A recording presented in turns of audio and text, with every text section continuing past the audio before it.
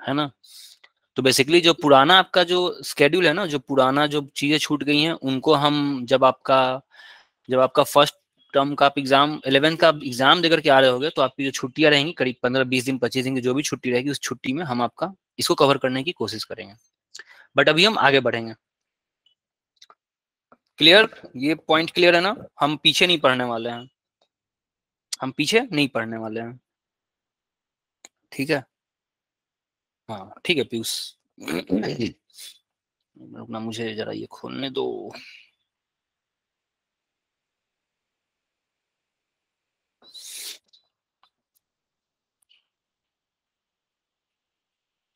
और आपके एग्जाम्स कैसे गए भाई? फिजिक्स का पेपर कैसा गया? चलो रोटेशन नहीं बना होगा, वो तो सबने बोला कि सर रोटेशन नहीं बना, रोटेशन नहीं बना, बट अपार्ट फ्रॉम रोटेशन आपके न्यूटन्स लॉ वर्क और कुछ इसके सवाल तो बन ही गए होंगे। प्रोजेक्टाइल वगैरह का भी न्यूमेरिकल आया था, वो तो सेम आ गया था जो हमने पेपर में सॉल्व करवाया था, है ना। हम लोग को देख के बड़ा अच्छा लगा कि भाई जो पढ़ाया था उसमें से ही आ गया। वो न्यूमेरिकल तो एज इट इज आ गया था, वो एक जो प्रोजेक्टाइल वाला न्यूमेरिकल था। बताओ कैसे रहे पेपर्स भाई, बताओ सब।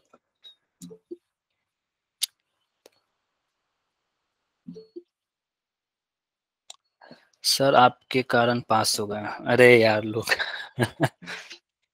ऐसा नहीं है भाई, अच्छे गए। ओके, नॉर्मल गया। कितने मार्क्स किए हैं आपने फिजिक्स में, मतलब 70 मार्क्स का था ना? कितने किए हो आप लोगों ने, बताओ कितने हुए लगभग, मतलब 40 50 60? हाँ 50 ठीक है, 50 तो डिसेंट, 67 तो भाई ये कौन है भाई, जबरदस्त। ये 67 कर लिए भाई ने आउट ऑफ 70। बहुत अच्छा परफॉर्मेंस है यार तुम्हारा तो। एक मिनट देना मुझे, एक मिनट, है ना। तो हम्म,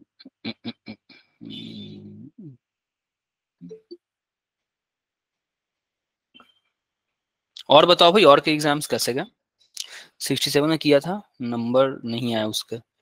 तो मतलब कि नंबर्स आपको लोग पता चल गया है क्या? मार्क्स पता चल गया है क्या आप लोगों को? नीतू ठाकुर, हाँ ठीक है नीतू, कितना कितना बनाई नीतू, कितना बनाई हो नीतू?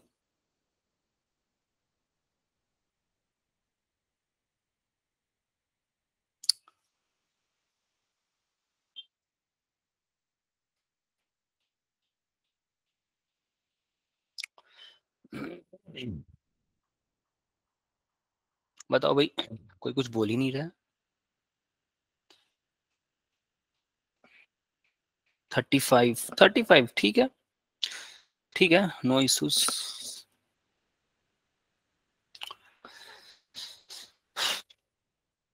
हाँ इसमें टाइम लग गया, एक मिनट मैं स्क्रीन शेयर कर रहा हूँ, रुकना।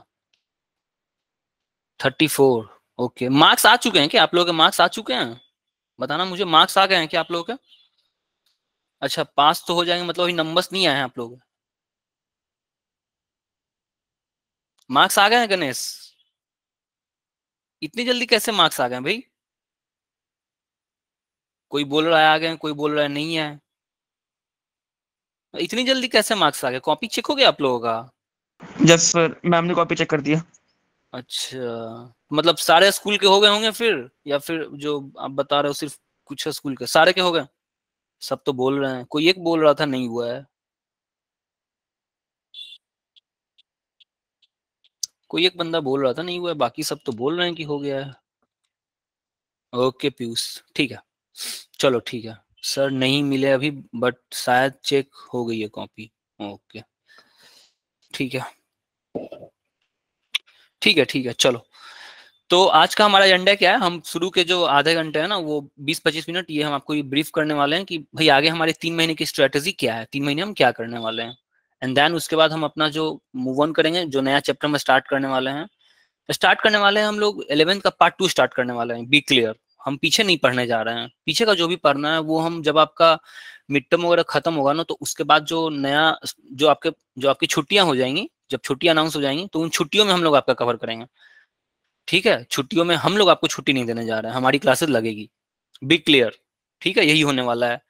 अभी हम आपका 11th का पार्ट 2 जो है ना उसको पूरा फिनिश करेंगे अगले 3 महीने में एकदम थोरोली। एक वेव आएगा ना, वेव एंड ऑसिलेशंस आने वाला है, and mechanical properties of solids, fluids and thermal properties of solids, liquid and gases, matters.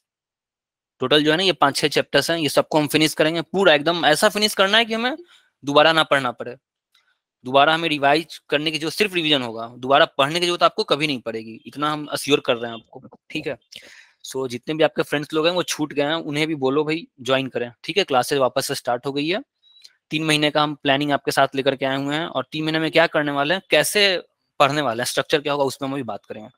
ठीक है, तो सबसे पहले वेलकम ऑल। अवंती के बारे में, अवंती से आप लोग करीब 1.5-2 महीने से जुड़े हुए हैं, तो अवंती के बारे में क्या पता है आप लोगों को, जरा बताओ, क्या क्या जाना आप लोगों ने अवंती के बारे में, हम भी जरा जाने, बताओ भाई। What is Avanti fellows, anyone, कोई है कुछ, 1-2 वर्ड्स कुछ तो बताओ। फर्स्ट ओरिएंटेशन में भी मैंने बताया था, ये एक एनजीओ है, नॉन प्रॉफिट ऑर्गेनाइजेशन है, जो गवर्नमेंट स्कूल्स के अंडर प्रिविलेज स्टूडेंट्स, लाइक उनके पास रिसोर्सेज कम होते हैं, तो उनके लिए ये, उनको अच्छे स्कूल्स में, अच्छे कॉलेजेस में एडमिशन हो 12th के बाद, जो एंट्रेंस एग्जाम्स होते हैं, IITs, NITs, AIIMS, our study fellows, वाह गुड, का तो धमाल की रहता है तो बेसिकली आपका फेलो है, आपका सहपाठी है, आपको अच्छे कॉलेजेस में एडमिशन कराने के लिए हम एफर्ट लगा रहे हैं। ठीक है, और ये एक एनजीओ है, नॉन प्रॉफिट ऑर्गेनाइजेशन है, इसमें कोई प्रॉफिट आप लोगों से कोई, हम पैसे वैसे नहीं लिए जाते हैं, बिल्कुल मुफ्त में ये शिक्षा दी जा रही है सभी बच्चों को, गवर्नमेंट के जितने भी गवर्नमेंट स्कूल के बच्चे हैं उनको। So welcome you all. Now again why are we here, ये आपके फर्स्ट स्लाइड में भी था। हाँ, एक क्या बोल रहा है आईआईटी के लिए, आईआईटी के लिए कौन भाई, क्या बोला बच्चा ये, आईआईटी के लिए 12 में ही एंट्रेंस देना होता है। हाँ, 12th एंड 12th के एक बाद, एक साल बाद और आपको मिलेगा मौका, 12th ड्रॉप करके भी आप एक बार और मौका, 2 मौके मिलते हैं, 12th pass and 12th drop करने के बाद 13th, एक 13th मान लो, 13th में आपको मौका मिलेगा। ठीक है, then now why are we here, हम यहाँ क्यों हैं। ठीक है, तो मैंने आपको पहले ही बताया था कि आप इस प्लेटफॉर्म पे हमसे जुड़ के क्या बेनिफिट ले सकते हैं, हमको बताया था सब कुछ, पूरा वन स्टॉप सॉल्यूशन की तरह आपको प्रोवाइड किया जाएगा, फैकल्टीज, पीडीएफ, टेस्ट, असेसमेंट, सब कुछ है ना, वीकली टेस्ट वगैरह सब कुछ आपको प्रोवाइड किया जा रहा है। हम यहाँ बेसिकली क्यों हैं, तो हमारा एम ये है कि जो भी गवर्नमेंट स्कूल्स के स्टूडेंट्स हैं, जो रिसोर्सेज जिन तक नहीं पहुंच पाती है, वो बेसिकली हम ये कोशिश कर रहे हैं कि उनको इंडिया के कुछ नेशनल रेप्यूट, नेशनल इंपॉर्टेंस के कॉलेजेस लाइक आईआईटीज, एनआईटीज, वहां उनको पहुंचाया जाए। ठीक है, ये हमारा मकसद है। हम ये करेंगे कैसे, बेस्ट कॉलेज में अगर मैं आपको भेजना चाहता हूँ तो हम ये करेंगे कैसे, then improving your subject understanding, सबसे पहले आपके कॉन्सेप्ट जो है वो क्लियर करेंगे, and then intense preparation focused on competitive exams, like सारे एग्जाम्स के जो प्रीवियस ईयर प्रॉब्लम्स है वो करेंगे, न्यूमेरिकल्स करेंगे, ऑब्जेक्टिव्स करेंगे, रेगुलर टेस्ट होंगे, रेगुलर डीपीपीज मिलेंगे, और डाउट क्लासेस होंगे, इन सब के थ्रू क्या करने वाले हैं, पूरा फोकस हमारा कॉम्पिटिटिव एग्जाम होने वाला है, मतलब एम्स से लेकर के, बायोलॉजी वाले हैं तो एम्स तो ख्वाब ही रहता है, इंजीनियरिंग के लिए आईआईटीज, इसके अलावा भी एनडीए वगैरह है, एनडीए बहुत बच्चों का, अभी भी बहुत बच्चों का ड्रीम होगा भाई एनडीए, तो एनडीए का एग्जाम भी बहुत अच्छा एग्जाम होता है, एंड उसके बाद फिर जो सेंट्रल यूनिवर्सिटीज है लाइक दिल्ली यूनिवर्सिटी, तो इन सब के भी एंट्रेंस की तैयारी आपकी करवाई जाएगी। ठीक है, सो अब सवाल ये है कि भाई क्या वो जो टॉपर्स करते हैं वो क्या वो कुछ अलग खाते हैं, अलग पीते हैं, अलग मेहनत करते हैं, करते क्या है, तो ऐसा कुछ नहीं है, वो भी बिल्कुल आपके बीच जो अवंती फेलोज के जो पुराने स्टूडेंट्स हैं हम उनकी बात कर रहे हैं, लाइक वो भी जो है ना वो आपके बीच से ही उठ के गए हैं, तो हम ये बताना चाह रहे हैं कि आप ये मत सोचो कि आप नहीं कर सकते हो, आप समझो कि ये जो एक स्टूडेंट है हमारी अवंती फेलोज की पुराने स्टूडेंट है, ये पूजा झा, ये राजकीय प्रतिभा विकास विद्यालय द्वारिका सेक्टर 10 की ये पास आउट है, 2014 में इसने 12th किया था स्कूलिंग, द्वारिका से है क्या कोई यहाँ पे, एनीवन फ्रॉम द्वारिका जानता है क्या इस स्कूल को, राजकीय प्रतिभा विकास विद्यालय, कोई है। यस सर, इसी स्कूल से हम। अच्छा साक्षी, आप इसी स्कूल से हो, चेष्टा, आयुष सर, ओके गुड, तो पूजा झा ये इसी स्कूल की थी, इन्होंने 12th यहीं से पास आउट किया था। ठीक है, ठीक है, और इनको ये नीट क्लियर की थी, नीट क्लियर करने के बाद ये डेंटिस्ट्री मिला था इनको, एमबीबीएस नहीं मिला होगा आई थिंक, डेंटिस्ट्री मिला था, एंड देन ये यूपीएससी। ओके अंजलि, ठीक है, बढ़िया बढ़िया, तो अब ये डेंटिस्ट्री के दौरान ही इन्होंने यूपीएससी की तैयारी की थी और यूपीएससी में इन्होंने 82 रैंक लाया था और ये आईएएस बनी। आगे चल के इनको आईएएस ब्रांच भी मिल गया था। यूपीएससी में भी क्या होता है कि अलग अलग रैंक पे आधार पे IAS, IPS, IFS, IRS and other services मिलते हैं। करीब 800, 700, 800 सीट्स होते हैं यूपीएससी में, हर साल 700 से 800 सीट आते हैं। तो इनको रैंक अच्छी थी, 82 रैंक आई थी। तो 82 मतलब मान के चलो कि 150 रैंक तक आईएएस मिल जाता है, तो इनको आईएएस मिल गया। ठीक है, तो समझो कि ये आपके बीच से ही, जो सोचो कि ये आपके स्कूल से थी, साक्षी और अंजलि बता रही हैं। ठीक है, तो ये कुछ अलग नहीं होता है, आपको ही मेहनत करना है और क्लियर करना है। अगेन देखो, ये एक और लड़का है आयुष, कानपुर का रहने वाला था ये। ठीक है, तो ये बेसिकली एमआईटी में गया, MIT Massachusetts institute of technology. MIT का नाम सुने हो क्या कोई, एनीवन? इंजीनियरिंग वाला स्टूडेंट, मैथ्स वाला है कोई मैथ्स में जो सुना हो एमआईटी का नाम? ये एमआईटी जो है ना, ये वर्ल्ड का नंबर 1 इंस्टीट्यूट है, ये वर्ल्ड्स नंबर 1 है। ठीक है, जैसे आईआईटी इंडिया में तो आईआईटीज हैं ही, ये तो मतलब आईआईटी का भी, आईआईटी से भी लाख गुना, मतलब बहुत ऊपर है ये, बहुत ऊपर। एमआईटी वर्ल्ड्स नंबर 1 है ये। इसके रिसर्च ना बहुत अच्छे हैं, मतलब इसके रोबोट्स वगैरह आप यूट्यूब पे भी सर्च मारोगे ना, एमआईटी अगर सर्च करोगे यूट्यूब पे, तो इसके रोबोटिक्स वगैरह डिपार्टमेंट बहुत अच्छा डिपार्टमेंट है। रोबोटिक्स बहुत भयंकर भयंकर रोबोट्स बनाते हैं भाई एमआईटी वाले। तो इस बच्चे को वहां पे फुल स्कॉलरशिप मिला था। ठीक है, ये भी हमारे अवंती से जुड़ा हुआ था ये लड़का। ठीक है, और अगर ये अभी ये एमएल इंजीनियर है येल्प में। एमएल इंजीनियर पता है क्या होता है? एमएल ये बहुत ही ट्रेंडिंग, अभी बहुत ट्रेंडिंग जॉब में ये रहता है, एमएल मशीन लर्निंग। आप लोगों को तो खैर ये सब पता नहीं होगा, बट ये मशीन लर्निंग है। एमएल मतलब मशीन लर्निंग होता है। अभी का सबसे मतलब हाई पेइंग जॉब है ये, machine learning high paying job है, बहुत सैलरी मिलती है एमएल इंजीनियर को। ओके शिवम, हाँ तो ये भी हमारे अवंती से ही जुड़ा था। ठीक है, एक और स्टूडेंट है, ये देखिए रूरल तेलंगाना से था, वेदांत। तो ये आईआईटी क्लियर किए और computer science engineer, IIT Madras में ये कंप्यूटर साइंस इंजीनियर इन्होंने ब्रांच लिया है, और अभी ये माइक्रोसॉफ्ट में प्लेस हो गए थे। बट फिलहाल ये माइक्रोसॉफ्ट छोड़ करके बेंगलुरु के एक स्टार्टअप में जॉब कर रहा है। ठीक है, ये भी हमारे अवंती से ही जुड़े हुए थे, तेलंगाना के रूरल एरिया से ही आते थे। आईआईटी मद्रास का कंप्यूटर साइंस और मैथमेटिक्स बहुत अच्छा ब्रांच है। आप लोग सुन लो, आप लोगों को शायद पता ना हो, मैथमेटिक्स बहुत अच्छा है। आईआईटी मद्रास का मैथमेटिक्स बहुत अच्छा है। अब मैथ्स अच्छा है तो कंप्यूटर साइंस ऑब्वियसली उसका अच्छा हो जाता है, बहुत अच्छा है कंप्यूटर साइंस, बहुत अच्छा है इसका। ये हम एक छोटा सा ब्रीफ स्टैट्स है हमारा, क्योंकि ये पहले का स्टैट्स है, पुराना थोड़ा स्टैट्स है, तो इसमें उतने स्टूडेंट्स को मेंशन नहीं किया गया है, क्योंकि तब उतने स्टूडेंट्स नहीं हुआ करते थे। अभी तो हमारे पास 16 अराउंड तो 16,000 अराउंड तो दिल्ली के ही हो गए हैं।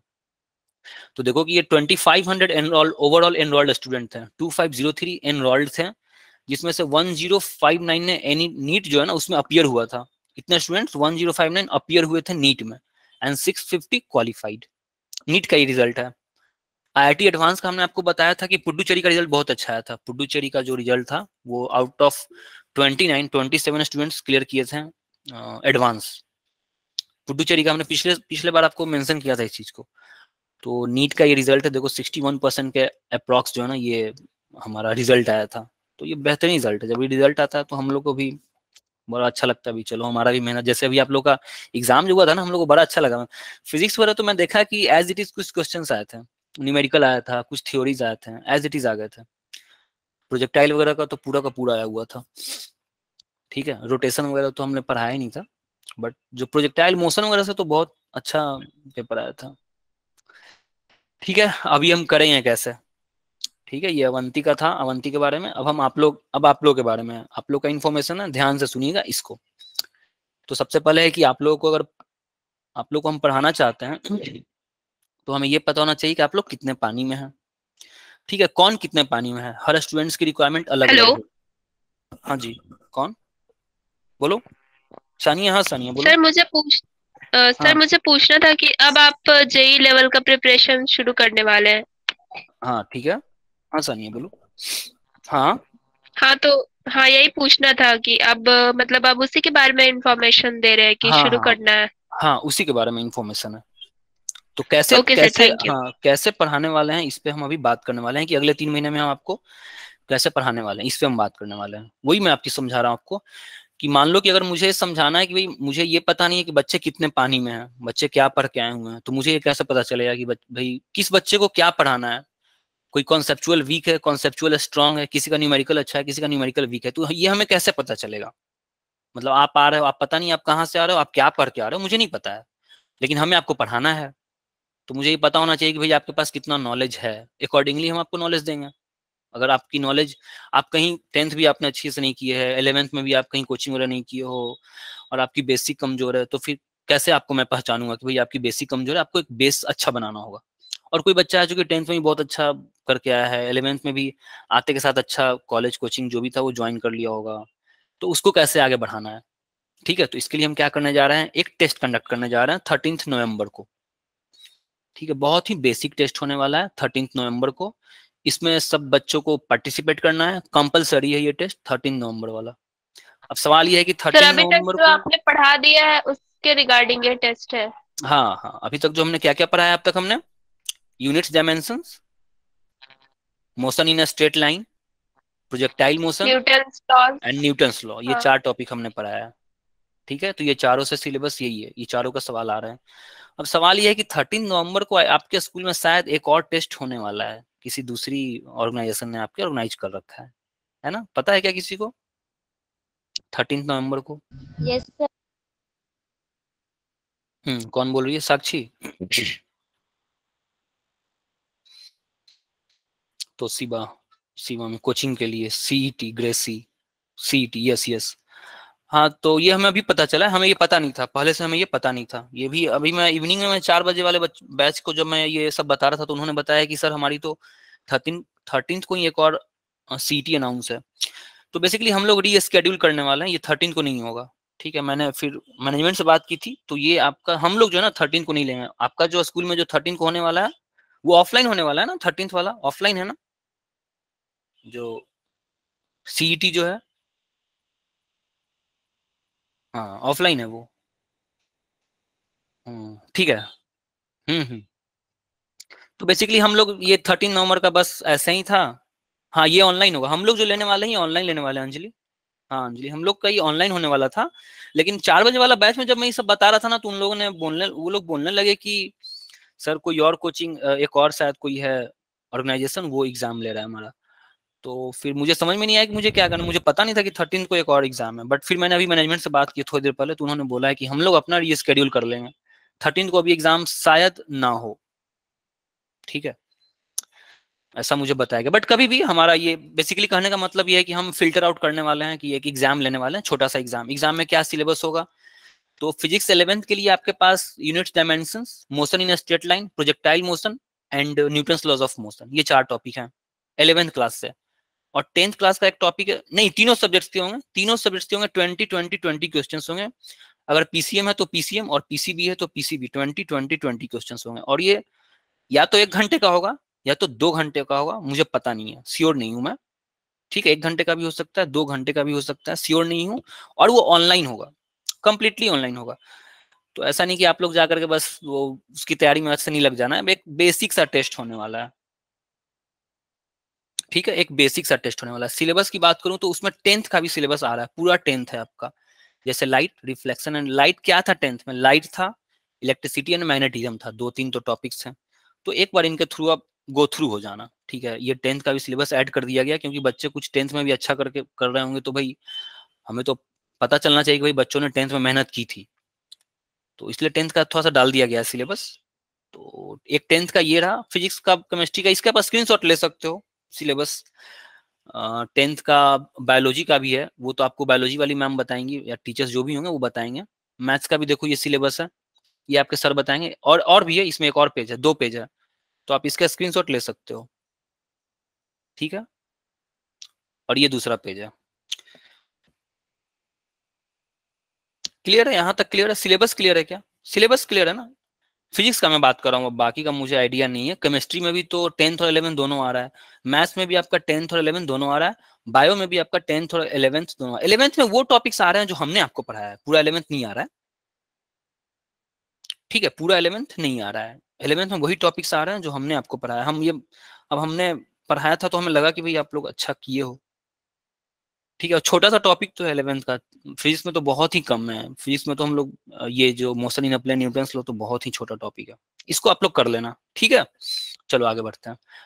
अब फायदा क्या है, टेस्ट का फायदा क्या है, तो इस टेस्ट के थ्रू हम 2 प्रोग्राम बना रहे हैं ना, इस टेस्ट को पास होना, इस टेस्ट में अपीयर होने के लिए, अपीयर होने के बाद आपके रिजल्ट आएंगे, तो इसके 2 ट्रैक्स हैं, 2 प्रोग्राम्स बनाए जा रहे हैं। एक क्या है, एक फोटोन है एंड देन कैटलिस्ट। ठीक है, फोटोन एंड कैटलिस्ट। क्लियर है, टेस्ट के रिजल्ट आएंगे, टेस्ट पे फोटोन होगा और कैटलिस्ट होगा। फोटोन और कैटलिस्ट क्या है अगेन, तो फोटोन जो है ना वो बेसिकली प्रॉब्लम सॉल्विंग फोकस है हमारा। हम ये मान के चल रहे हैं, फोटोन में हम ये मान के चले गए कि बच्चे कुछ कुछ पढ़ के आ रहे हैं, है ना, उनका बेसिक अच्छा है, कॉन्सेप्ट वगैरह थोड़ा उनका क्लियर है, उनको बेसिकली प्रॉब्लम सॉल्विंग की जरूरत ज्यादा है, हम ये मान के चल रहे होंगे फोटोन वाले बच्चों के लिए। कैटलिस्ट में हम क्या कर रहे होंगे, कैटलिस्ट पूरी तरह से फोकस होगा कॉन्सेप्ट्स पे, एकदम बेसिक से चलने वाले हैं कैटलिस्ट में। मतलब मान लो कि कोई बच्चा एकदम से ही कोचिंग ट्यूशंस कहीं नहीं कर रहा है, लेट से उसने स्कूल ज्वाइन किया था, पढ़ाई भी उसने देर से शुरू की, तो उस बच्चे को समझने में दिक्कत हो रही है, तो वो कैटलिस्ट वाले में रहेंगे। और कैटलिस्ट में हम बिल्कुल बेसिक से स्टार्ट करेंगे।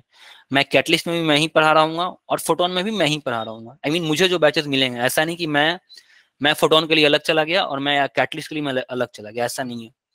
कैटलिस्ट फोटोन दोनों में हम सारे टीचर्स पढ़ा रहे होंगे, सारे टीचर्स, तो इसमें बेसिकली ज्यादा कुछ अंतर है नहीं। एक में कैटलिस्ट का करने का मतलब ये है कि एकदम बेसिक, थ्योरी ज्यादा होगा, ठीक है, थ्योरी ज्यादा होगा और कॉन्सेप्ट से हम ज्यादा फोकस कर रहे होंगे। बट फोटोन में हम ये मान के चलेंगे हाँ बच्चों को बस ब्रशअप करना है, थोड़ा ज्यादा प्रॉब्लम्स वगैरह करवा देते हैं, ऐसा होगा। अगेन इसमें एक 12, अब फोटोन और कैटलिस्ट दोनों के जो प्रोग्राम होंगे, सपोज करो बच्चा जो है, ध्यान से समझो इसको, ठीक है, ये देखो, सपोज करो कि बच्चे को कोई फोटोन मिला है, सपोज करो कि फोटोन मिला, मान लो योगिता है, सपोज देखो ये योगिता एक है, योगिता को फोटोन मिला, ठीक है, एंड राहुल 10th वाला एक है, इसको मान लो कि कैटलिस्ट मिला। ध्यान से समझो, योगिता को फोटोन मिला और राहुल को कैटलिस्ट मिला। कैसे मिला, तो जो टेस्ट हुआ था ना 13 नवंबर को होने वाला है, उसके आधार पे हो गया। वो 13 को नहीं होने वाला है, वो मैं बता दे रहा हूँ, प्रोबेबली वो चेंज होने वाला है डेट। तो सपोज करो योगिता को फोटोन मिला, राहुल को कैटलिस्ट मिला है। योगिता, अब सपोज करो कि योगिता कहीं क्लास जाती होगी, स्कूल जब तो जा ही रही है योगिता, स्कूलिंग के बाद वो क्लासेज भी अटेंड कर रही है, कोचिंग क्लास, ट्यूशन क्लास, थक हार जा रही है, आना जाना टाइम बहुत बर्बाद होता है आने जाने में। तो योगिता क्या करेगी, 6 आवर वाला क्लास ऑप्ट कर लेगी।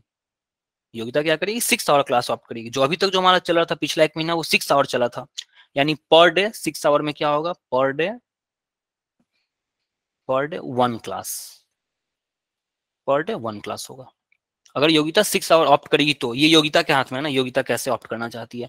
सपोज करो योगिता कहीं कोचिंग नहीं जा रही है, वो पूरी तरह से अवंती पे डिपेंडेंट है कि नहीं भाई अवंती अच्छा पढ़ाई हो रहा है, फैकल्टीज मस्त है, सब कुछ प्रोवाइड किया जा रहा है अवंती में, मैं आराम से कम्पीट कर जाऊंगी, अवंती में रह के भी मैं कम्पीट कर जाऊंगी, आना जाना बहुत टाइम वेस्ट होता है, घर पे रह के मुझे पढ़ना है, मैं अवंती से पूरी तरह जुड़ी रहूंगी और पूरा टाइम मैं अवंती को दूंगी। स्कूलिंग के बाद मेरी सिर्फ अवंती के साथ एसोसिएशन रहेगा। तो अब योगिता के पास एक और ऑप्शन है, वो 12 आवर बैच को ऑप्ट कर लेगी। ठीक है, 12 आवर बैच में योगिता के साथ क्या होगा, पर डे 2 क्लास योगिता को मिलेंगे, पर डे 2 क्लासेस। ठीक है तो 6 आवर और 12 आवर और 6 आवर क्लासेस क्यों बनाया गया था, तो इसलिए बनाया गया है क्योंकि कुछ बच्चे, बहुत सारे ऐसे बच्चे हैं जो स्टूडेंट्स हैं जो बाहर के क्लास अटेंड कर रहे हैं, कोचिंग जाते हैं, तो वो इतना तो दे नहीं पाएंगे 12 आवर, तो वो 6 आवर में आ जाए। और जो स्टूडेंट्स पूरी तरह से डेडिकेटेड हैं कि अवंती पे जिनको पूरा है कि हाँ भाई अवंती में रह के भी मैं अच्छा कर सकती हूँ, कर सकता हूँ, तो वो 12 आवर बैच ऑप्ट करेंगे। क्लियर है। ये फोटोन और कैटलिस्ट, फोटोन और कैटलिस्ट कैसे डिवाइड होगा, फोटोन और कैटलिस्ट आपका टेस्ट पे डिवाइड होगा, टेस्ट के आधार पे होगा। उसमें से जिन बच्चों को फोटोन मिलेगा उनके पास 2 ऑप्शंस रहेंगे, 6 hour and 12 hour. Again catalyst में भी सेम यही होने वाला है। राहुल है, राहुल का सिलेक्शन कैटलिस्ट के लिए हो गया, लेकिन राहुल अभी भी स्कूलिंग के बाद जो है ना कोचिंग ट्यूशन जा रहा है, आना जाना टाइम काफी आने जाने में लग रहा है इसका, ये अवंती को उतना टाइम नहीं दे पा रहा है। तो राहुल क्या करेगा, राहुल 6 आवर वाली बैच को ऑप्ट कर लेगा। 6 आवर में क्या होगा, per day 1 class, per day 1 class Rahul को मिलेंगे। अब राहुल चाह रहा है कि नहीं भाई मैं कोचिंग कहीं नहीं करूंगा, मैं मुझे अवंती पे पूरी तरह से ये है कि भाई अवंती में बहुत अच्छी पढ़ाई हो रही है, मैं अवंती में ही अपना, अवंती से मैं एग्जाम्स क्लियर कर सकता हूँ, कॉम्पिटेटिव एग्जाम्स। तो राहुल क्या करेगा, 12th आवर बैच ज्वाइन कर लेगा। 12th आवर में क्या मिलने वाला है, 12th आवर में पर डे 2 क्लासेस मिलेगी। ठीक है, अभी तक आपको कितना मिलता था, पर डे 1 क्लास मिलता था। तो 6 आवर जो कॉन्सेप्ट जो है ना वो अभी वाला ही है, जो करंट चल रहा है वो 6 आवर कॉन्सेप्ट है। लेकिन अब 12th आवर का नया इंट्रोड्यूस किया गया है। जो बच्चे एकदम से पूरी तरह से अगर अवंती को डेडिकेटेड है तो वो 12th आवर बैच सेलेक्ट करें। कोई भी बच्चा सेलेक्ट कर सकता है 12th आवर। हम चाहेंगे कि आप 12th आवर में आए, ठीक है। अब तक आप किसी भी फिजिक्स, केमिस्ट्री या मैथ्स के टीचर से 1 हफ्ते में 2 बार मिलते थे। 6 आवर वाले बैच में 1 हफ्ते में 2 बार हमसे आपकी मुलाकात होती थी पिछले बैचेस में। अगर आप 12th आवर ऑप्ट करते हैं, 12th आवर अगर आप चुनते हैं, तो आप हमसे 1 हफ्ते में 4 बार मिलेंगे।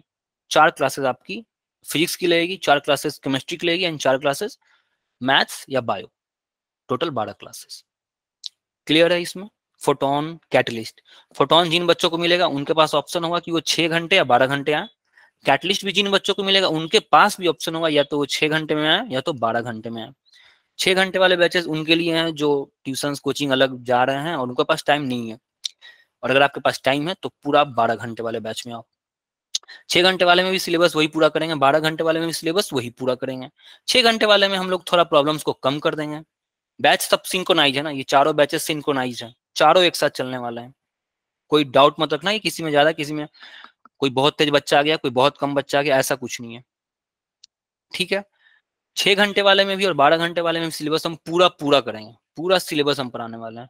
6 घंटे वाले में प्रॉब्लम्स थोड़े कम कर देंगे हम, ठीक है, ऐसा कुछ करेंगे, ठीक है। जो बहुत ही इरेलीवेंट है 6 घंटे वालों के लिए, उन लोगों को हम कुछ डेरिवेशंस होंगे तो उन्हें हम प्रूव नहीं करेंगे 6 घंटे वाले में। लाइक मोमेंट ऑफ इनर्शिया जब मैं पढ़ाने जाऊंगा, सपोज कर लो कि मोमेंट ऑफ इनर्शिया में पढ़ाने गया। मोमेंट ऑफ इनर्शिया में किसके किसके लिए हम लोग निकालते थे मोमेंट ऑफ इनर्शिया? तो रिंग के लिए निकाला हमने, सिलेंडर के लिए निकाला है ना, डिस्क के लिए निकाला, सॉलिड स्फीयर के लिए निकाला, हॉलो स्फीयर के लिए निकाला, ठीक है। तो हम क्या करेंगे, इन दोनों का डेरिवेशन नहीं करेंगे। 6 घंटे वाले में जब आप आओगे तो इन दोनों का डेरिवेशन नहीं करेंगे, इसका फॉर्मूला बता देंगे और आगे बढ़ जाएंगे। लेकिन जब 12 घंटे वाली क्लास में आओगे तो सब कुछ एवरीथिंग डिराइव करेंगे। क्लियर है? यहाँ पे किसी को डाउट है तो पूछ सकता है। Anyone else? ठीक है, कोई डाउट है? और सौरभ, अंजलि, मनीष, चेष्टा, तस्मिया, अमरेश, बोलो, शिवानी, सानिया, बताओ यहाँ तक किसी को कुछ डाउट है तो। चलो ठीक है, कैटलिस्ट एंड फोटोन, ठीक है। कैटलिस्ट में वही कैटलिस्ट और फोटोन दोनों में हम टेस्ट के थ्रू बांटने वाले हैं। कुछ बच्चे कैटलिस्ट में जाएंगे, कुछ फोटोन में जाएंगे। 6 घंटे वाली कैटलिस्ट में भी है, 6 घंटे वाली फोटोन में भी है, 12 घंटे वाली कैटलिस्ट में भी है, 12 घंटे वाली फोटोन में भी है। सर, हाँ बोलो सानिया। वो आप ये फोटोन और कैटलिस्ट को मतलब कैसे डिवाइड करने वाले हैं, किस बेसिस पे? नंबर्स के आधार पे सानिया। हाँ चेष्टा, ये नंबर्स के आधार पे। फोटोन और कैटलिस्ट बैचेस हैं, 2 अलग बैचेस हैं। हम फोटोन में ये मान के चलेंगे ना, जो भी बच्चे आएंगे फोटोन में, हम ये मान के चलेंगे ये कुछ पढ़ के आए हैं, इनका 10th भी अच्छा है और 11th में भी, जब ये 11th में स्टार्ट से ही मान लो। अच्छा, वो जो आप टेस्ट लोगे उस पे? हाँ उस पे होगा बिल्कुल।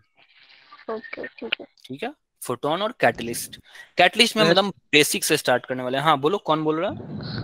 सर अगर इसमें जैसे हमने पहले 6 आवर वाला सेलेक्ट कर लिया तो बाद में हम चेंज कर सकते हैं 12 चेंज, आवर वाले पे? हाँ चेंज कर सकते हो राहुल, लेकिन उसके लिए एक प्रोसेस है। आपको अवंती इसमें आपको मेल करना होगा, फ्री कोचिंग दिल्ली, ये एक साथ है ना, तीनों फ्री कोचिंग दिल्ली एक साथ है, @of Avanti fellows. Avanti fellows भी एक साथ है .org। इस पे आप मेल करो, अपनी जो भी है ना प्रॉब्लम बताओ। इस पे काउंसलिंग टीम है, वो आपकी काउंसलिंग करेगी कि भाई आप 6 घंटे में प्रॉब्लम क्या हो रही है। हम जानना चाहेंगे कि आपको 6 घंटे में क्या प्रॉब्लम हो गई, ठीक है। आप प्रॉब्लम हमें बताओ, उसका फिर सॉल्यूशन निकालेंगे हम, ठीक है। हमको पता, मुझे पता, अगर मैंने 6 घंटे, अगर आपने 6 घंटे कुछ चुन के ही लिया होगा तो फिर आपको प्रॉब्लम क्यों हो गई 6 घंटे में, हम ये जानना चाहते हैं। और फिर आप, अगर आप फिर भी संतुष्ट नहीं है तो आपको हम 12 घंटे वाले में शिफ्ट कर देंगे, नो इश्यूज, ठीक है। लेकिन पहले आप बताओ हमें कि भाई प्रॉब्लम हुई कैसे। परफॉर्मेंस के बेसिस पर चेंज होंगे, ये आई थिंक टेस्ट जब होगा ना ग्रेसी, जो टेस्ट होने वाले हैं, जो आपके वीकली टेस्ट होंगे, उसके बाद शायद चेंजेस होंगे, ठीक है। बट आई थिंक 3 महीने में आप कुछ नहीं होने वाला, ये अगले 3 महीने तक ये चलेगा। फेब मार्च तक बिल्कुल जो बैचेस बन जाएंगे वही चलेंगे, फेब मार्च तक वही चलेगा। ठीक है, और कुछ सानिया कुछ पूछ रहे थे आप, मैं भूल गया क्या, कुछ और कुछ पूछ रहे थे क्या? राहुल आपका डाउट क्लियर है? बैचेस आप चेंज करा सकते हो, लेकिन ये एक प्रोसेस है। Okay sir. 13 को नहीं होगा, 13 को श्योर नहीं हूं मैं, क्योंकि 13 को आपकी एक और शायद रख दिया गया, पता नहीं किन लोगों ने रखा, मुझे नहीं पता उस बारे में, और मुझे हम लोग को बताया नहीं गया था कि 13 को आपका एग्जाम रख दिया गया है। हम लोगों ने 13 को प्लान किया था, लेकिन शायद 13 को नहीं होगा। ठीक है राहुल, आपका क्लियर है? Yes sir. हाँ, तो बेटर है कि आप थोड़ा सा ना दम आप देख लो कि आप 6 घंटे में आना चाहते हो, 12 घंटे में आना चाहते हो, तुम एक बार में आओ। टाइम नहीं है यार, हर चीज को बदलते ही रहोगे, आओ ना 6 घंटे में भी आओ। मैं 6 घंटे में भी रहूंगा, मैं 12 घंटे में रहूंगा, मैं फोटोन में रहूंगा, मैं कैटलिस्ट में रहूंगा, साक्षी मैम है, साहिद सर है, सब कुछ, सब ये चारों बैचेस ले रहे होंगे। ऐसा नहीं कि 6 घंटे वाले में मैं नहीं आ रहा हूँ, या फिर 6 घंटे वाले में साक्षी मैम नहीं आएंगी, साहिद सर नहीं आएंगे। अभी 3 और टीचर्स आ गए हैं हमारे, फिजिक्स के 4 और टीचर ज्वाइन किए नए। तो सबको ऐसा कुछ ज्यादा नहीं है, ठीक है बस। बट आप 6 घंटे और 12 घंटे में आप अच्छे से सोचो, ठीक है? 12 घंटे में आओ तो मतलब अच्छा हमें मौका मिलेगा आपको पढ़ाने का। इस बार देखो कि इतना कम समय में यार हम लोगों ने बहुत अच्छा किया, मुझे काफी मतलब मेरी पूरी टीम जो है ना फिजिक्स की बहुत अच्छा की भाई। मोसनी ने स्ट्रेट लाइन खत्म हो गया, आपको कितने 6 क्लासेस आपको मिले थे, आपने मुझसे 6 क्लासेस अटेंड की होगी। 6 क्लासेस में सोचो कि मोसनी ने straight line, unit dimensions, projectile motion and Newton's law, मतलब मैंने तो बहुत कोशिश की कि सब कुछ पढ़ा दूं, और लगभग सब कुछ हो गया है।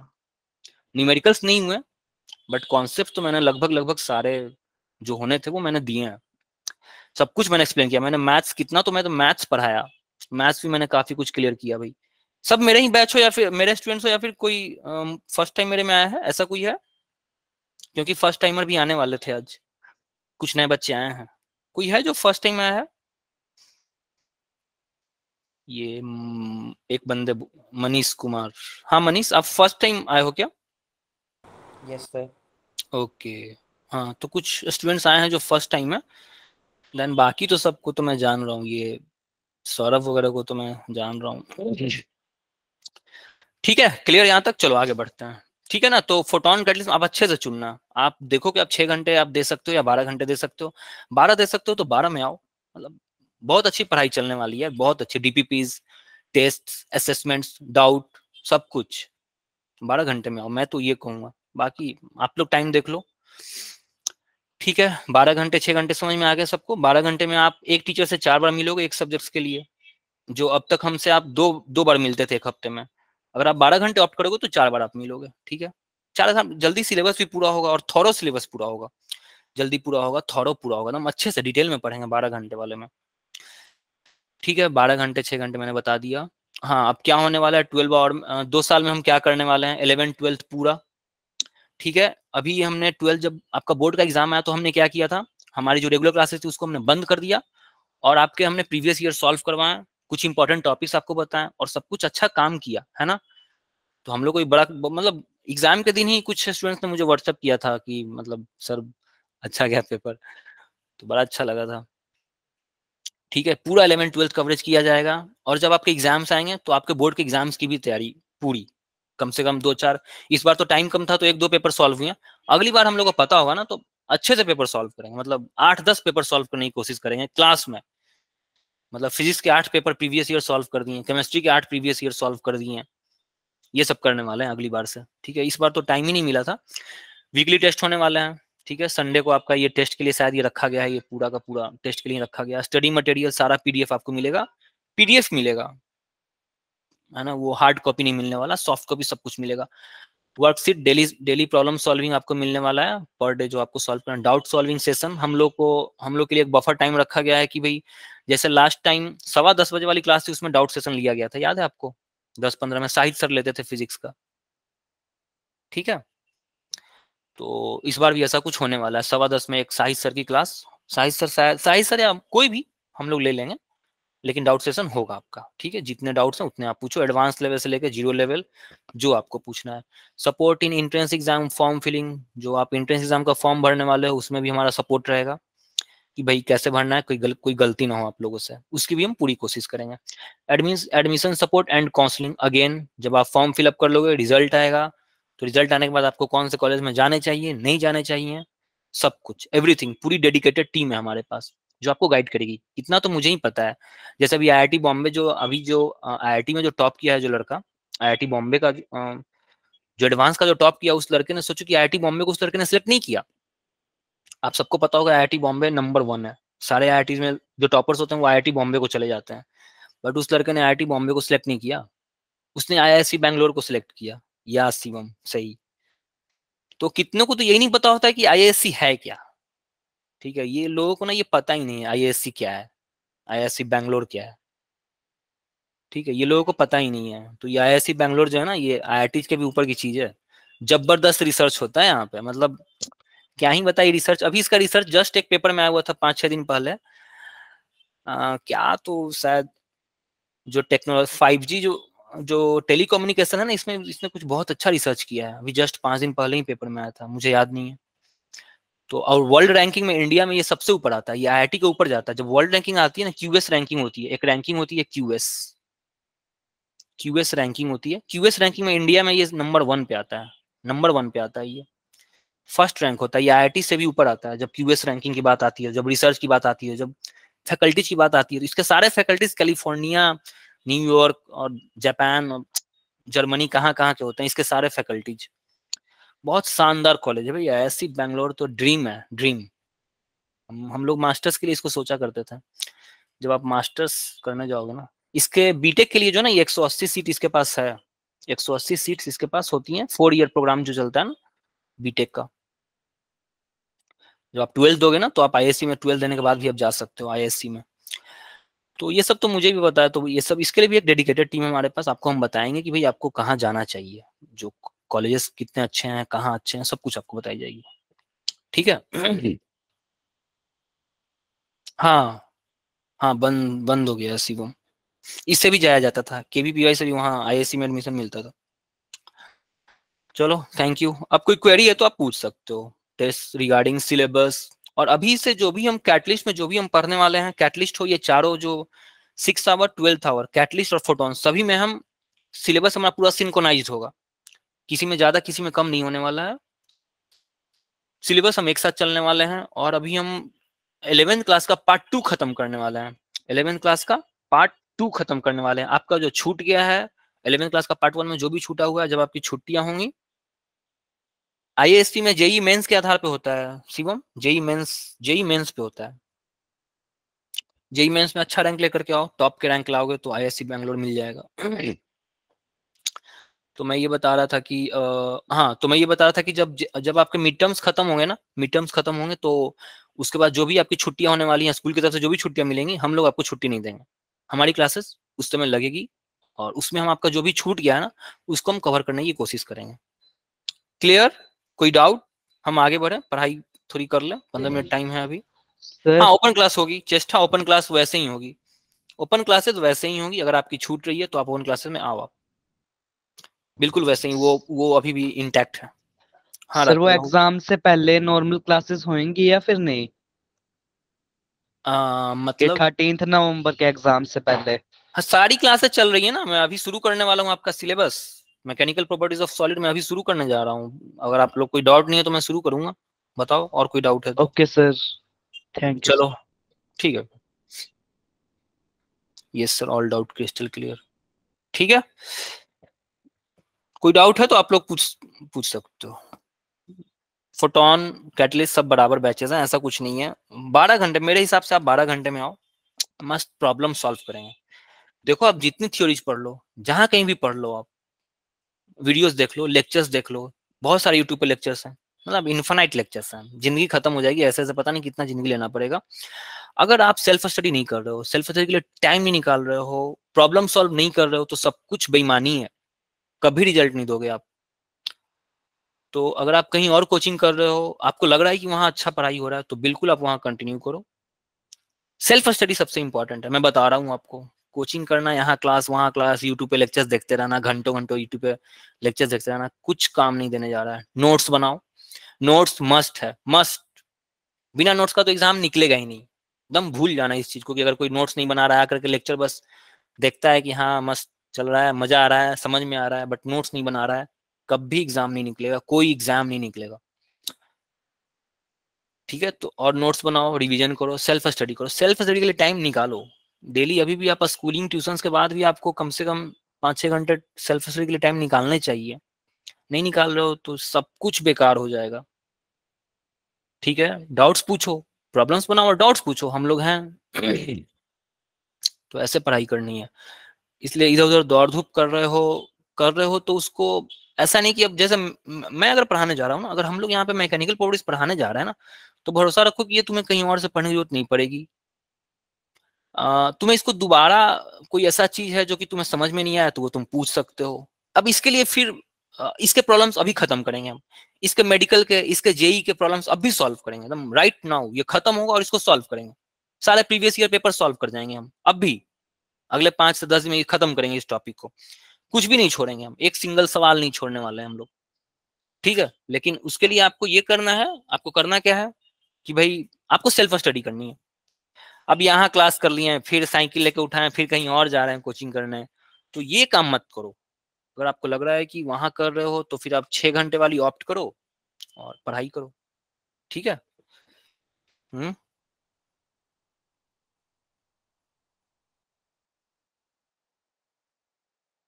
ठीक है, क्लियर है। तो ये आपका काम है, सेल्फ स्टडी करना आपका काम है और सेल्फ स्टडी करो। अगर कोचिंग क्लास से सेल्फ स्टडी का टाइम नहीं निकल पा रहे हो तो बंद कर दो कोचिंग क्लासेस। सेल्फ स्टडी सबसे इंपॉर्टेंट है। 2 साल में अगर रिजल्ट देना चाहते हो तो इसको फॉलो करो, सेल्फ स्टडी को। कोई टीचर कुछ नहीं पढ़ाएगा यार। मैं पढ़ा दूंगा, तुम नहीं पढ़ रहे हो, तुम रिवाइज नहीं कर रहे हो, कभी काम नहीं आएगा वो चीज। मतलब मैंने तो न्यूटन लो तो मैंने बहुत, मुझे लगा कि भाई मैंने बहुत अच्छा पढ़ाया है। अगर तुम उसको रिवाइज नहीं करो, मैंने बोला था कि जाकर मेरे वीडियोस देखो पुराने वाले। 2 लेक्चर्स मैंने न्यूटन लॉ पे लिए था और सेकंड लेक्चर में बहुत नए बच्चे आए तो मैंने उन्हें बोला कि मेरे पुराने वीडियोस देखो, बार बार देखो, एक बार से नहीं होगा। ये भी तुम गलत फहमी होगी, तुम्हें लग रहा है कि मैं एक बार से मुझे समझ में आ गया। अरे हाँ, समझ में तो आ गया, समझ में आ गया, ऐसा नहीं होता है। 2 बार, 4 बार, 8 बार, 10 बार, 12, 15, 20 बार देखो जाकर वीडियोस। 10 बार 20 बार नोट्स बनाओ, 10 बार 20 बार प्रॉब्लम सॉल्व करो न्यूटन लॉ पे। मैं खड़ा हूँ, सवाल पूछो, कहीं भी कोई डाउट होता है न्यूटन लॉ का तो पूछो। मतलब क्या पूछोगे, HC बनाने से ज्यादा कहाँ जाओगे? पूछो सवाल, NCERT HC बना लो और प्रीवियस ईयर क्वेश्चंस बना लो, इनफ है। ठीक है। इलास्टिक प्रॉपर्टीज ऑफ सॉलिड्स में इसलिए ये चलो अब शुरू करते हैं ना। कोई डाउट होगा तो आप बताना। कितना टाइम हो गया? 15 मिनट है ना अभी? हाँ, 15 मिनट में हम आज बेसिक खत्म करते हैं। तो मैकेनिकल प्रॉपर्टी ऑफ सॉलिड्स पढ़ने वाले हैं। इसमें पहले हम लोग सॉलिड्स के बारे में पढ़ेंगे, देन फिर हम फ्लूइड्स, हमारा अगला टॉपिक क्या है? फ्लूइड्स है। फ्लूइड्स के बारे में पढ़ेंगे एंड देन थर्मल प्रॉपर्टीज हम लोग पढ़ेंगे। हमारा ये 12 का पूरा 12 पार्ट 2, 11 का पार्ट 2 है। थर्मल प्रॉपर्टीज ऑफ मैटर, ये 3 टॉपिक होगा। मैटर, ठीक है, ये 3 टॉपिक हो गए। मैकेनिकल प्रॉपर्टीज ऑफ सॉलिड पहला है, ये दूसरा है और ये तीसरा टॉपिक ये है। इसके बाद वेव्स एंड ऑसिलेशंस है। आपके 4 टॉपिक हैं। क्या है? Waves and oscillation. ठीक है, ये इतना हम 12th में खत्म, पार्ट 2 में खत्म करने वाले हैं। और ये हाँ बिल्कुल बिल्कुल बिल्कुल आराम से यूज कर सकते हो। बिल्कुल, हमारा भी स्ट्रेटेजी यही है, आपकी अच्छी बेसिक कराई जाए और देन नीट और जेई के पूरे प्रॉब्लम्स, पूरे प्रीवियस ईयर प्रॉब्लम्स, जितने प्रॉब्लम्स बना सकते हो बनाओ। प्रीवियस ईयर 40 साल 50 साल के प्रॉब्लम्स ले आओ, सॉल्व करो बैठ कर। प्रैक्टिस मोस्ट इंपॉर्टेंट है। एक बार से कुछ नहीं होगा। किसी के दिमाग में अगर ये बैठ गया कि एक बार में मैं समझ में आ गया, मुझे हो गया, मेरे से एग्जाम में बन जाएगा, वो गलत है। मतलब 5 बार 8 बार 10 बार तो हम रिवाइज करेंगे ही, कम से कम 10 से 12 बार 15 बार रिवाइज करेंगे। समझे? सब कुछ मैं एक बार पढ़ाऊंगा, बाकी के 14 बार तुम्हें करना है। ठीक है, और 16वें बार वो पेपर, वही क्वेश्चन जो है ना 16वें बार आपके एग्जाम में आने वाला है। फिर देखो यार जेई नीट कैसे नहीं निकलता है। ठीक है, यही होगा ना, यही होगा। मैं अपने अपने पर्सनल एक्सपीरियंस से मैं बता रहा हूँ, एक बार 2 बार से कुछ नहीं होता है। मुझे तो नहीं होता था जब तक मैं 10 15 बार 20 बार किसी चीज को नहीं पढ़ता था, मुझे वो फ्लो नहीं आता था। क्योंकि पेपर 3 घंटे का होगा आपका, 3 घंटे में एक पूरा का पूरा 11 12 सब कुछ आपको मतलब पूछ देगा वो। 3 घंटे में आप सब कुछ कैसे रिकॉल करोगे? अगर आपने उसको 10 बार 20 बार नहीं कर रखा है तो कैसे रिकॉल होगा वो, बताओ मुझे। होगा ही नहीं। तो इसलिए रिवाइज करो। मतलब इसलिए मैंने बोला था कि मेरा न्यूटन्स लॉ मैंने बहुत अच्छे से बताया यार, प्लीज जाके देखो। जो कोई भी अगर किया ना, बहुत अच्छे से किया है मैंने बहुत ही बेसिक, बहुत अच्छा मैंने बताया था।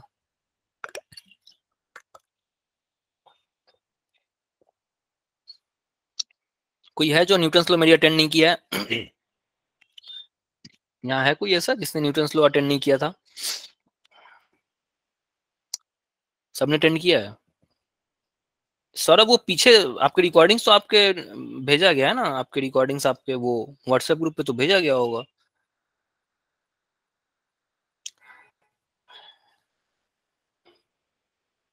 हाँ भेजा गया है वो, आप देखना पीछे जाके, ठीक है।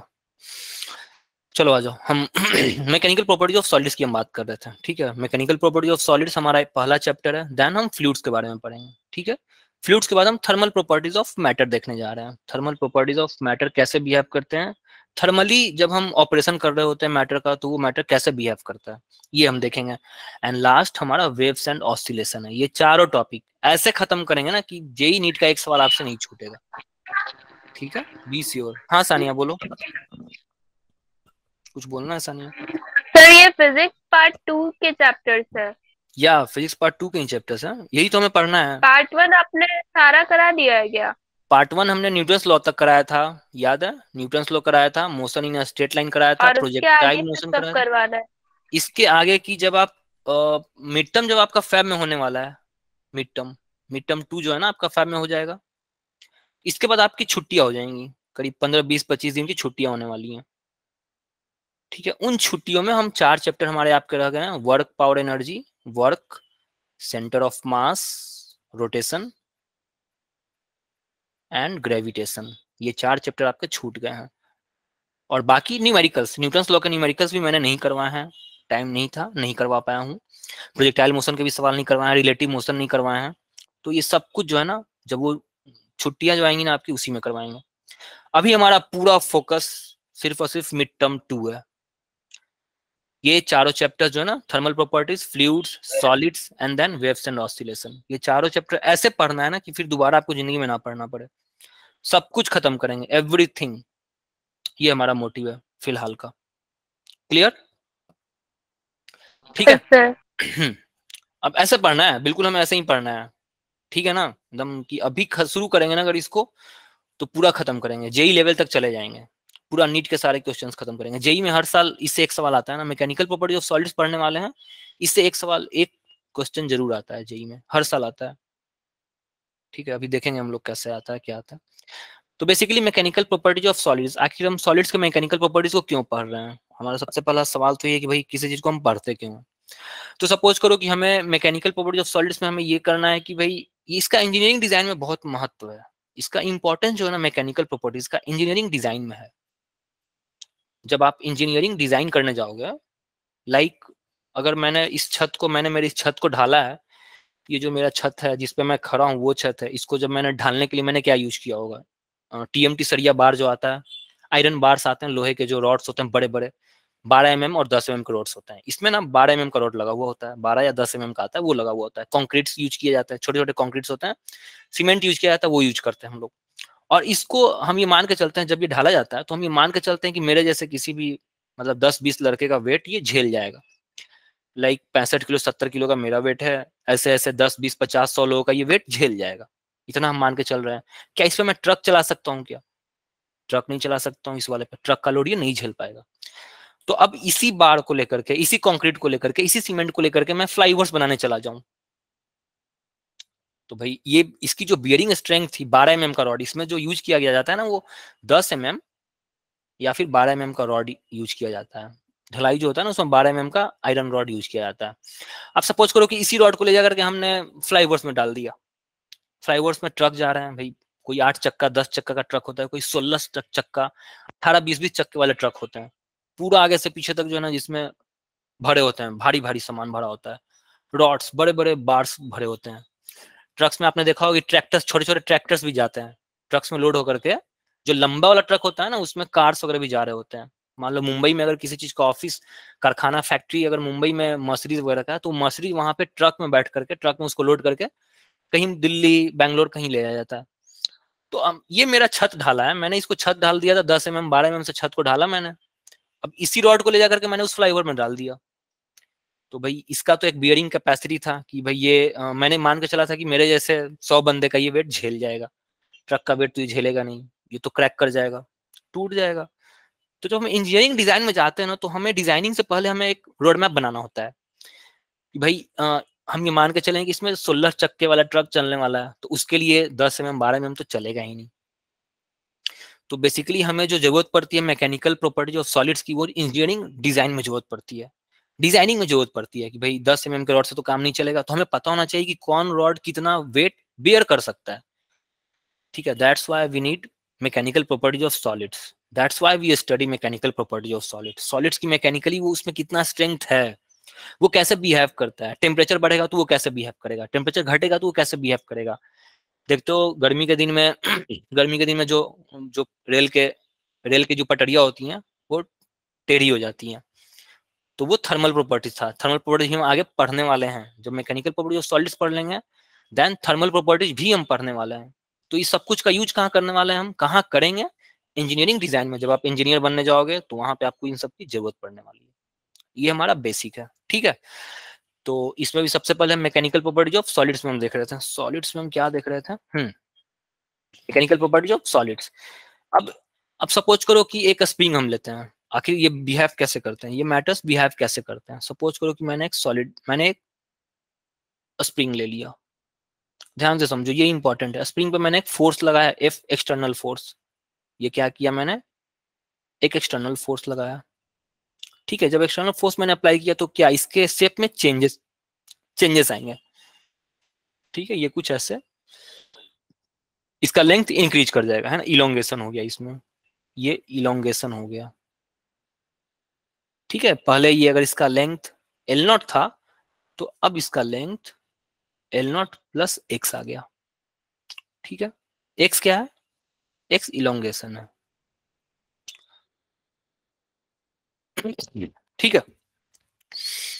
तो हमारे पास एक स्प्रिंग था, स्प्रिंग पे मैंने एक एक्सटर्नल फोर्स लगाया, जब से ही मैंने फोर्स लगाया ये इलोंगेट कर गया। जो आपका अपना इसका नेचुरल लेंथ था L0, उससे इलोंगेट करके ये क्या आ गया, L0 प्लस x पे आ गया। अब हमने क्या किया, इस फोर्स को जो है ना रिमूव कर दिया, ये जो एक्सटर्नल फोर्स था इसको मैंने क्या कर दिया, रिमूविंग एक्सटर्नल फोर्स F। हमने क्या किया, इस एक्सटर्नल फोर्स F लगाया था ना, इसको हमने रिमूव कर दिया। रिमूव करने के बाद हम क्या देखते हैं, रिमूव करने के बाद ये जो स्प्रिंग है वापस से अपने नेचुरल लेंथ पे आ जाता है, ठीक है। ये नेचुरल लेंथ पे आ गया, नेचुरल लेंथ पे आएगा कि नहीं आएगा, ये स्प्रिंग आएगा ना, L0, ठीक है। तो ऐसा कोई प्रॉपर्टी, तो स्प्रिंग के इस प्रॉपर्टी को हम क्या बोलते हैं, इलास्टिसिटी। स्प्रिंग के इस प्रॉपर्टी को हम क्या बोलते हैं, इलास्टिसिटी, ठीक है। और इस बॉडी को हम क्या बोलेंगे, हम बोलेंगे कि भाई स्प्रिंग क्या है, इलास्टिक है, ठीक है। प्रॉपर्टीज, मैटर एक सॉलिड था, सॉलिड को हमने इलोंगेट किया, इलोंगेट एक एक्सटर्नल फोर्स अप्लाई किया, एक्सटर्नल फोर्स अप्लाई करने के बाद हमने उसको हटा दिया, उस एक्सटर्नल फोर्स को हमने हटा दिया, तो हम क्या देखते हैं, स्प्रिंग अपना वापस से वो शेप रीगेन कर लेता है। तो स्प्रिंग की ये प्रॉपर्टी है जिसमें वो अपने शेप को, साइज को रीगेन कर लेता है, इसको हम इलास्टिसिटी बोलते हैं। और ये मटेरियल को हम क्या बोलेंगे कि भाई ये इलास्टिक मटेरियल है। अगेन दूसरा, अगर शेप इंक्रीज नहीं किया, अगर शेप वापस से वो गेन नहीं किया, तो सपोज करो स्प्रिंग, सपोज करो एक मिट्टी है, क्ले का जो है ना, ये पूरा जो है ना क्ले का मतलब मिट्टी का, मिट्टी को मैंने पानी में भींगा हुआ मिट्टी ना, गीला मिट्टी, उसको मैंने रखा हुआ है। सपोज करो उसको मैं हिट करता हूँ, सपोज करो क्ले को मैंने हिट किया, हिट करने के बाद होगा क्या, इस क्ले में ये जो मेरी 5 उंगलियां, इसका एक दाग बन जाएगा, है ना। और जब मैं इसको रिमूव करूंगा तो क्या वापस से क्ले अपने पुराने वाले शेप में आएगा, क्या नहीं आएगा, ठीक है। यानी कि मैंने इस पे एक फोर्स लगाया, फोर्स से मैंने इसका शेप बिगाड़ दिया, क्ले का शेप मैंने बिगाड़ दिया। क्ले पे क्या आ गया, ये 5 उंगली जो है ना मेरी अंदर जाके धंस चुकी है।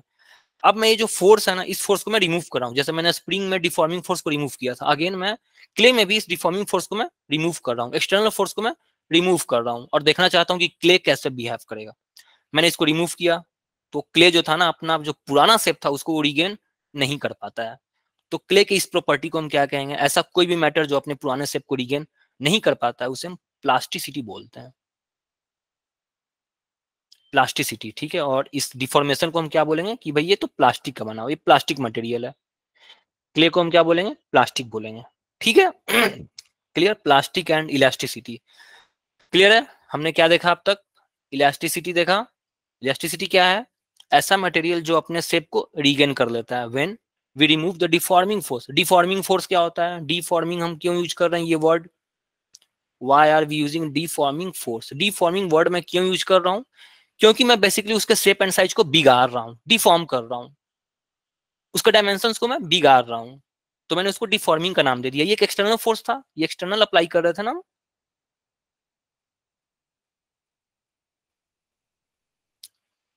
क्या हो गया यार, एक्सटर्नल फोर्स था ये हमारा, क्या था, एक्सटर्नल फोर्स था। जब हमने इस एक्सटर्नल फोर्स को रिमूव कर दिया तो हमने देखा कि भाई स्प्रिंग अपना शेप वापस गेन कर लिया। तो ऐसा प्रॉपर्टी मैटर का जिसमें वो अपना शेप को रीगेन कर लेता है वो इलास्टिसिटी कहलाएगा। क्ले के केस में ऐसा नहीं हुआ। क्ले पे जब मैंने डिफॉर्मिंग फोर्स या एक्सटर्नल फोर्स को जब मैंने रिमूव किया तो क्ले अपना शेप रीगेन नहीं किया। तो हमने क्ले को कैसा बोल दिया कि भाई ये तो इसके पास जो प्रॉपर्टी है उसे हम क्या बोलेंगे, प्लास्टिसिटी। ठीक है, जिसमें वो परमानेंट डैमेज हो चुका है। अब वो क्ले क्या है, परमानेंट डैमेज हो चुका है, वो क्ले अब कभी अपना शेप रीगेन करेगा ही नहीं। ठीक है, clear, elasticity and plasticity, elastic material and plastic material, clear है यहाँ तक। चलो आगे एक और टर्म देखते हैं हम लोग, रिजिड बॉडी देखते हैं। रिजिड बॉडी कोई रोटेशन तो आप लोग पढ़े ही होंगे, कहीं ना कहीं कुछ तो पढ़े ही होंगे। तो रिजिड बॉडी का रोटेशन में क्या डिफिनेशन था, कोई बता सकता है क्या? रोटेशन में हमने रिजिड बॉडी को कैसे पढ़े होंगे? आप लोग पढ़े होंगे रोटेशन में, एक लैमिना पढ़ा होगा आपने, रेक्टेंगुलर लैमिना, सर्कुलर लैमिना।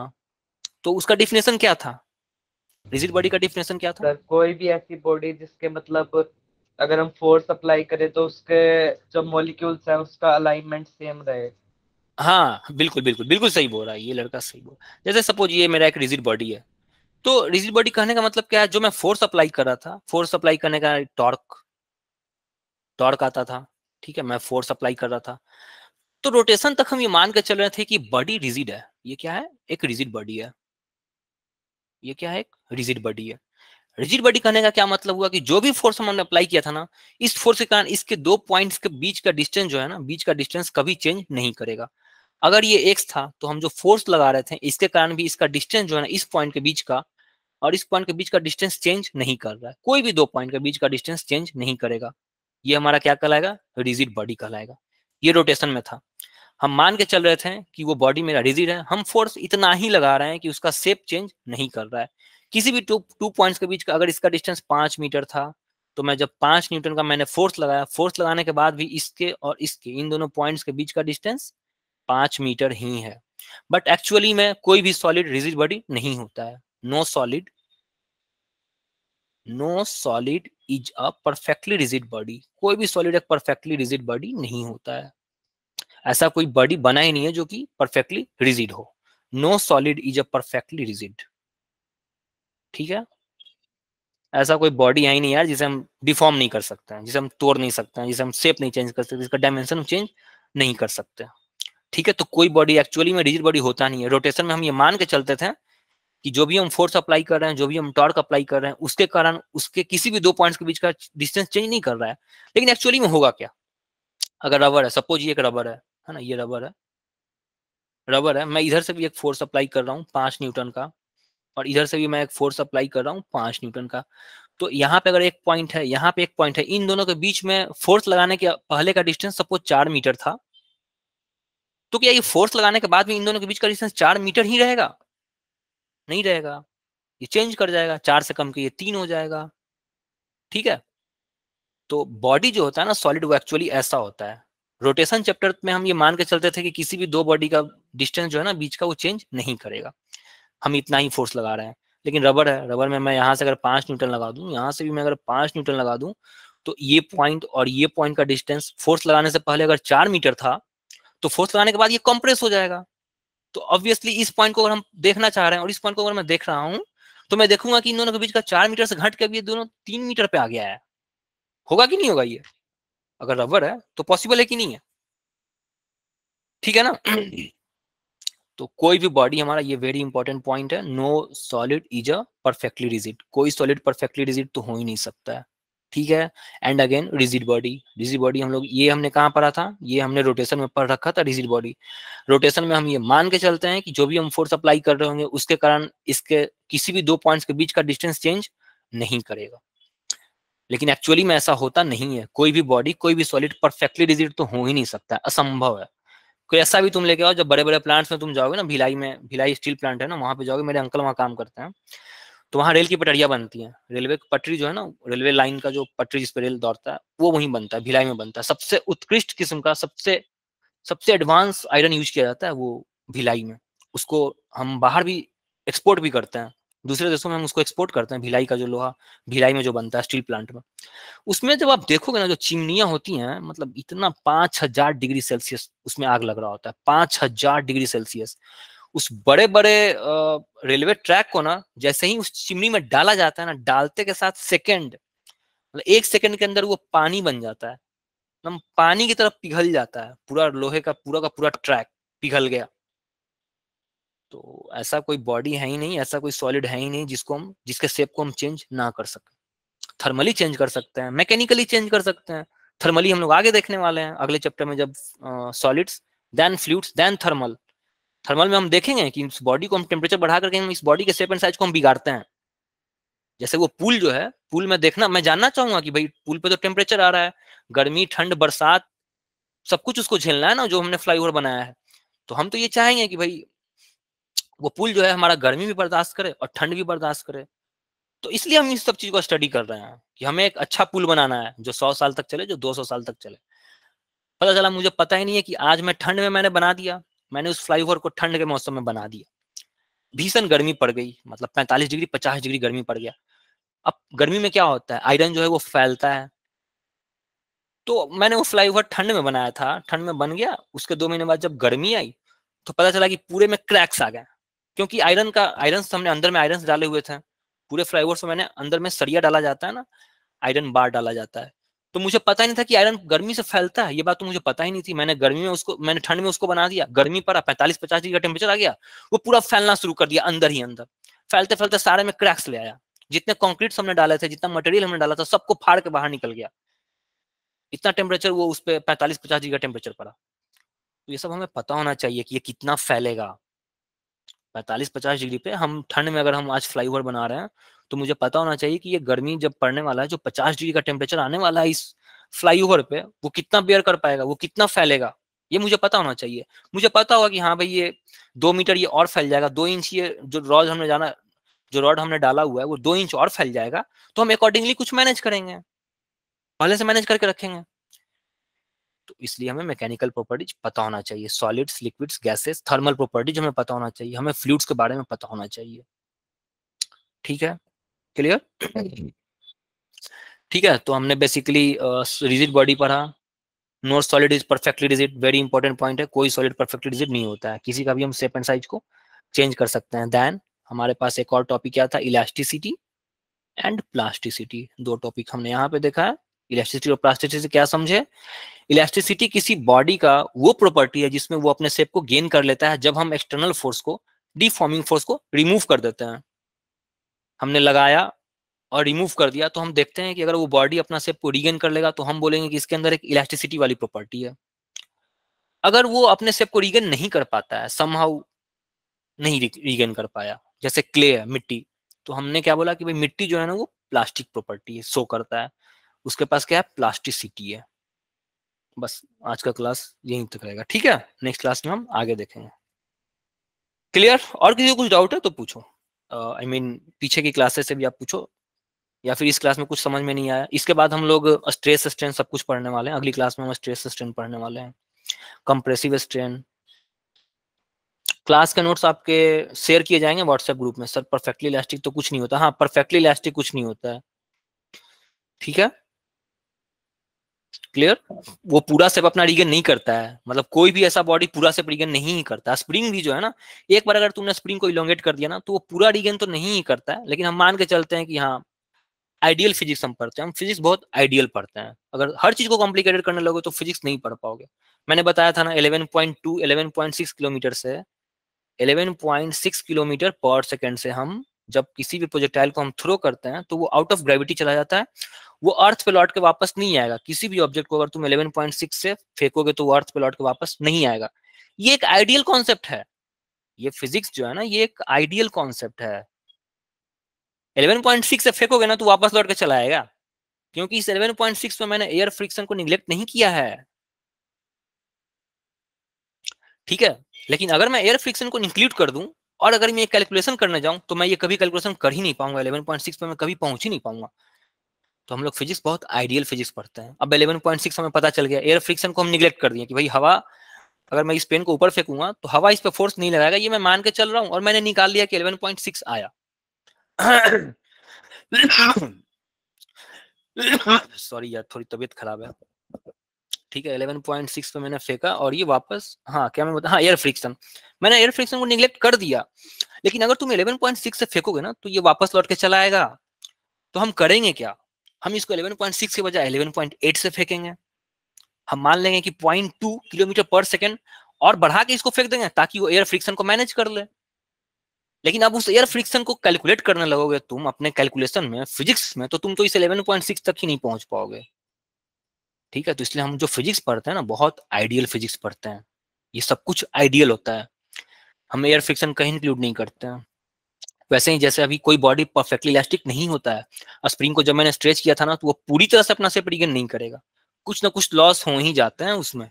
सब कुछ इंटर एटॉमिक लेवल पे हो रहा होता है। एटम्स के बारे में हम अगले क्लास में बात करने वाले हैं। एटॉमिक लेवल पे आखिर वो अपना से रिगेन क्यों कर लेता है। स्प्रिंग अपना से रिगेन कर लिया था ना, तो क्यों किया था रिगेन। ठीक है, तो उसके अंदर स्प्रिंग क्या है, बेसिकली एटम से बने होते हैं। एटम्स के अंदर इंटर एटॉमिक फोर्सेस काम कर रहे होते हैं। अगर तुम स्प्रिंग को स्ट्रेच करोगे तो उसके अंदर के जो इंटरमोलिकुलर फोर्सेज हैं वो काम करता है, वो उसको वापस अपने पोजीशन पे लाने की कोशिश करता है। दैट्स व्हाई स्प्रिंग जो है ना अपना पोजीशन रीगेन कर लेता है। ठीक है, मिट्टी में जो है ना ये वाला फोर्स उतना उतना इंपैक्ट नहीं डालता है। जो इंटर एटॉमिक फोर्स जो स्प्रिंग में काम कर रहा होता है, मिट्टी में वो उतना अच्छा से काम नहीं करता है। और मिट्टी में अपना सेप रीगेन नहीं करता है, लेकिन स्प्रिंग में अपना सेप रीगेन कर लेता है, या रीस्टोरिंग फोर्स। ठीक है, इसके बारे में हम अगले क्लास में बात करेंगे। बट बेसिकली मैं ये बता रहा था कि कोई बॉडी परफेक्टली इलास्टिक नहीं होता है। हम मान के चलते हैं कि वो पूरा सेप अपना रीगेन कर लेगा, हम ये मान के चलेंगे, क्योंकि हम फिजिक्स बहुत आइडियल पढ़ते हैं। अगर ज्यादा कॉम्प्लिकेटेड करोगे तो फिजिक्स नहीं पढ़ पाओगे। एयर फ्रिक्शन को कंसीडर कर लो और पता चला कि तुम एस्केप वेलोसिटी निकालने जा रहे हो, जिंदगी में कभी नहीं निकाल पाओगे 11.6। तो हमने क्या किया, हमने एयर फ्रिक्शन को निगलेक्ट कर दिया। हाँ, क्या ही प्रभाव डालेगा ये, कितना ही इम्पैक्ट होगा इसका हमारे मोशन पे। अगर हम 11.6 मेरा आइडियल कंडीशन में आ रहा है, तो अगर मुझे वाकई में किसी ऑब्जेक्ट को ग्रेविटी, अर्थ के ग्रेविटी से बाहर फेंकना है, तो मैं उसको 11.8 से फेंक दूंगा ना, 11.8 से फेंक दूंगा, 11.8 किलोमीटर पर सेकेंड। ये जो था ये आइडियल था, ये आइडियल था। इसमें मैंने एयर फ्रिक्शन को निगलेक्ट कर दिया था। तो मुझे तो पता है ना कि एयर फ्रिक्शन है, एग्जिस्ट करता है एयर फ्रिक्शन, तो मैं क्या करूंगा, अब इसको 11.8 से फेंकूंगा। ठीक है, 11.8 से भी अगर मुझे डर लग रहा है नहीं यार कहीं लौट के चला मत है, तो मैं 12 किलोमीटर पर सेकंड से फेंक दूंगा। ठीक है, क्लियर। किसी को डाउट हो तो पूछो, क्लासेस ओवर हो गई। एनी डाउट, एनीवन एल्स, कोई, अदिति, ग्रेसी, मनीष, शिवानी, तोशिबा, तस्मिया, अमरेश, बताओ, साक्षी, क्लियर है। ओके लोका, फाइन। लोका यार बड़ी बड़े दिन बाद तुम क्लास में आ रहे हो, लास्ट में तुम अटेंड करना छोड़ दिए थे क्या क्लास। चेस्ट था, ओके। अमरेश, ग्रेसी, ठीक है।